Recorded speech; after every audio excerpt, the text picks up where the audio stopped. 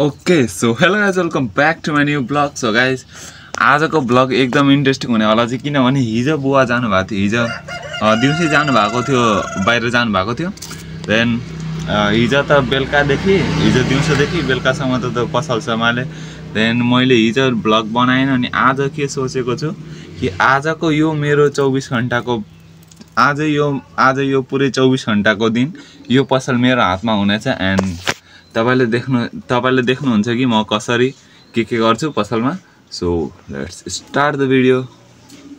So guys पसलमा आइसकेपछि सबभन्दा फर्स्ट काम हुन्छ सफा गर्ने, त्यो जुन कि मैले गरिसकेको छु।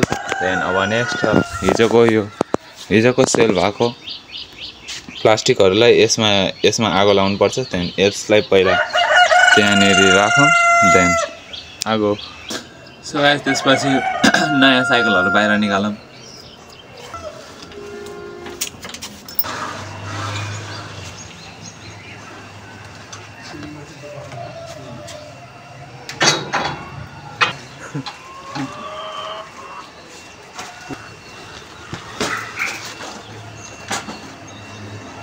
ओके गाइज नयाँ साइकल निकाल्ने काम भइसक्यो। नेक्स्ट अब के काम हुन्छ हेर्दै जानु। ओके गाइज अब जे पसलमा औजारहरू छ त्यो सब निकालौँ बाहिर।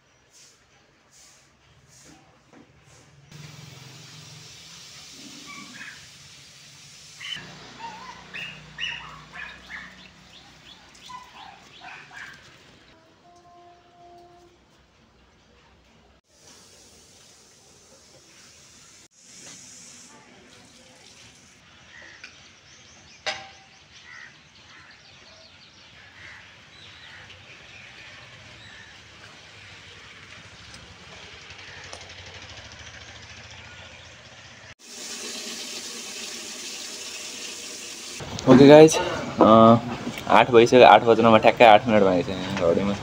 घडी हुँदा हुँदै मोबाइलमा देखिरहेको छ 8 बज्नमा 8 मिनट बाँकी छ, लगभग 8 भइसक्यो। देन यतिखेर अहिले नास्ता भइरहेको छ हिजोको रोटी मिठासँग। कुकुर आएर यहाँ ठ्याक्कै बसेको थियो, त्यो टुक्रा रोटी दिएको त छैन, खाँदैन। उसलाई त्यो चाहिएछ होइन त, रोटी खाँदैन, सुँगेर बसिरहेको छ।